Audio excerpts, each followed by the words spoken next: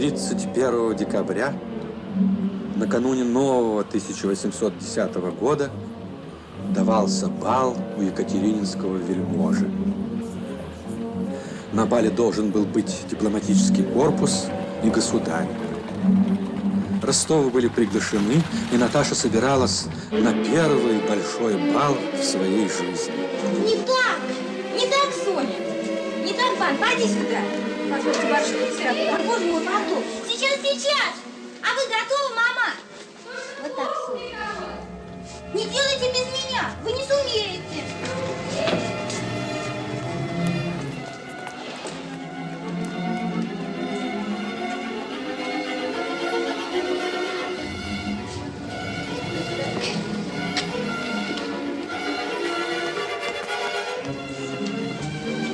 Скорее, голубушка.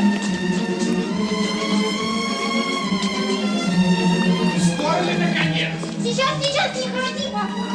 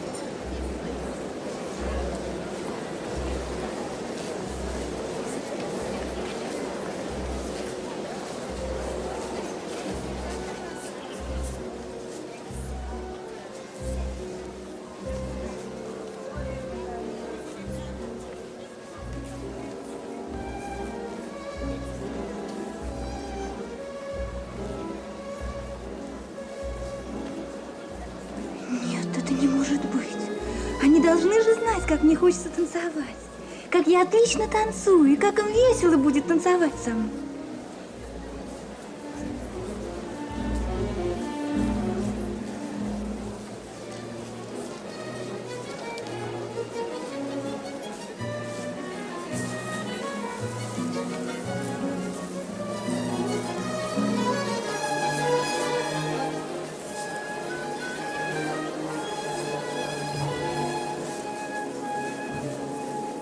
Мне кажется, очень интересно, Вы всегда танцуете. Тут есть моя протеже Ростова, молодая. Пригласите ее. А где? Виноват. Этот разговор мы в другом месте доведем до конца. А на бале надо танцевать.